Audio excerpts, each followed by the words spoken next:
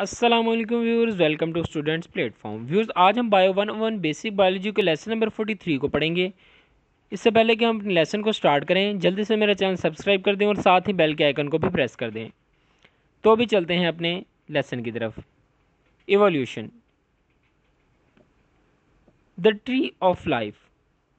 The tree of life shows that all organisms are related through their descent. The branches from a common ancestor, the root. मतलब ये कि तब जितने भी जानदार, जितने भी ऑर्गेनिजम्स यहाँ दुनिया में इस टाइम मौजूद हैं, अगर उनको पास्ट में उन देखा जाए तो वो एक दरख्त की तरह हैं। मतलब कि एक जड़ें हैं, जड़ों से तना निकल रहा है और आगे उसकी शाखें हैं। मतलब जितने भी जानदार जो हैं वो पीछे पास्ट में जो लोग गुजर गए हैं, ऑर्गेनिजम्स गुजर गए हैं, उनके साथ इनका लिंक है, वो इनसे ही बने हैं, इनसे ही इवॉल्व हुए हैं। Evolution is the process by which one species gives rise to another and the tree of life grows. यहाँ से देखेंगे हम ट्रांसम्यूटेशन। ट्रांसम्यूटेशन का मतलब है correction, adoption, adaptation. Lamarck scientist थे।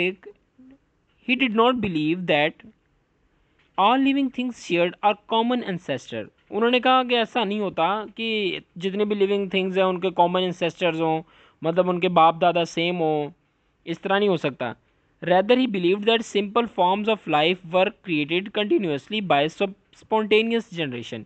He also believed that an innate life force, which he sometimes described as a nervous fluid, drove species to become more complex over time.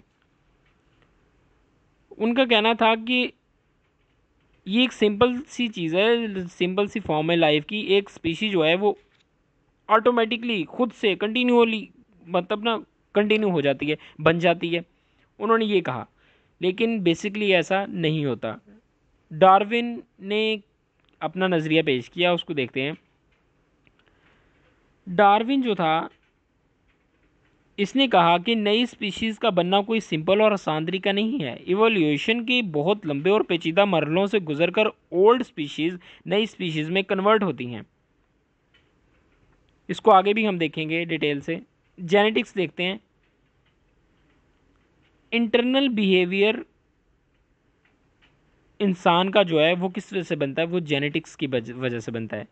George Mendel discover some of the rules of diploid inheritance. ये MCQs के हवाले से एक छोटा सा point इसको जहन में रखिएगा। जॉर्ज मेंडल साइंटिस्ट थे, उसने डिस्कवर किया था रूल्स ऑफ डिप्लॉयड इनहेरिटेंस को। इवोल्यूशनरी प्रिंसिपल्स, इसके अंदर Charles Darwin proposed the idea of evolution in his book on the origin of species in 1859.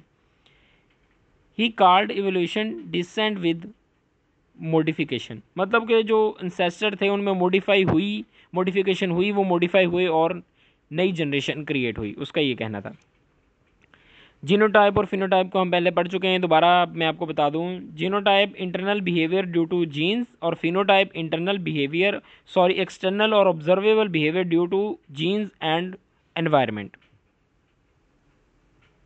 DNA क्या है?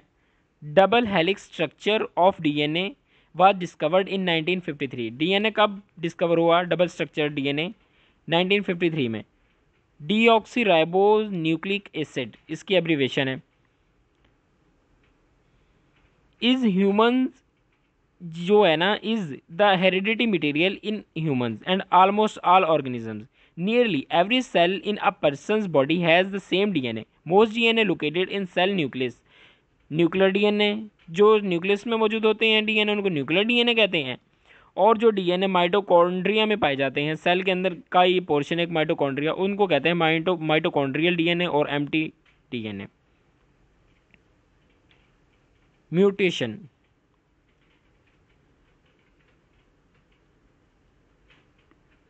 a natural process that changes a DNA sequence. वो process जिसके अंदर DNA के sequence को तब्दील कर दिया जाता है। Mutation results from damage to DNA which is not repaired. मतलब डीएनए ये एक बीमारी है किस्म की, डीएनए को डैमेज हो जाना, एरर आ जाना रेप्लिकेशन के प्रोसेस में, डी रेप्लिकेशन, और इसके अलावा और द फ्रॉम द इंसर्शन और deletion of segment of DNA by mobile genetic elements. ये सब चीज़ें जो म्यूटेशन के अंदर शामिल हैं। मतलब कि डीएनए को हार्मफुल है ये डीएनए के लिए, इंजर कर देती है, डीएनए को डैमेज कर देती है ये चीज़। वो प्रोसेस के अंदर डीएनए डैमेज हो जाता है उसको हम म्यूटेशन कहते हैं।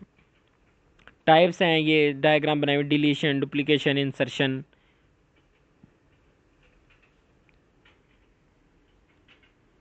यहाँ से देखते हैं, इस चीज़ को हम स्किप करते हैं। Micro evolution.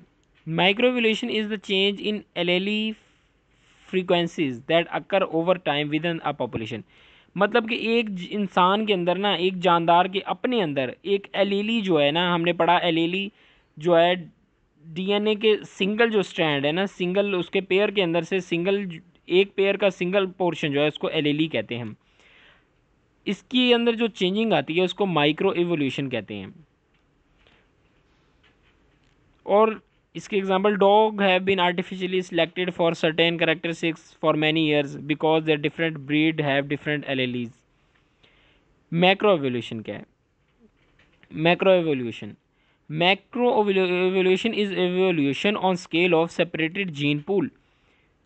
Macro evolutionary studies focus on change that occur at or above the level of species, in contrast with micro evolution which refer to smaller evolutionary change। मतलब कि एक लेवल स्पीशीज से upper level की change जो कि पूरे एक area के अंदर आती, के ऑर्गेनिजम्स के अंदर आती है।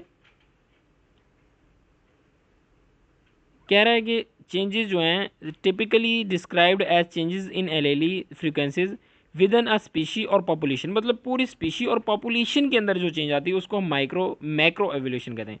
जो माइक्रो वो है जो एक ऑर्गेनिज्म के अंदर उसकी एलेली के अंदर चेंज आती है उसको हम माइक्रो, और मैक्रो वो है जो एक स्पीशी या पॉपुलेशन पूरी के अंदर जो चेंज आती है उसको मैक्रो एवोल्यूशन कहते हैं। व्यूअर, ये था आपका लेसन नंबर 43 बायो 101 का। मैं उम्मीद करता हूँ कि आपको समझ आ गई होगी। मिलते हैं नेक्स्ट लेसन में। टिल देन टेक केयर, अल्लाह हाफिज़।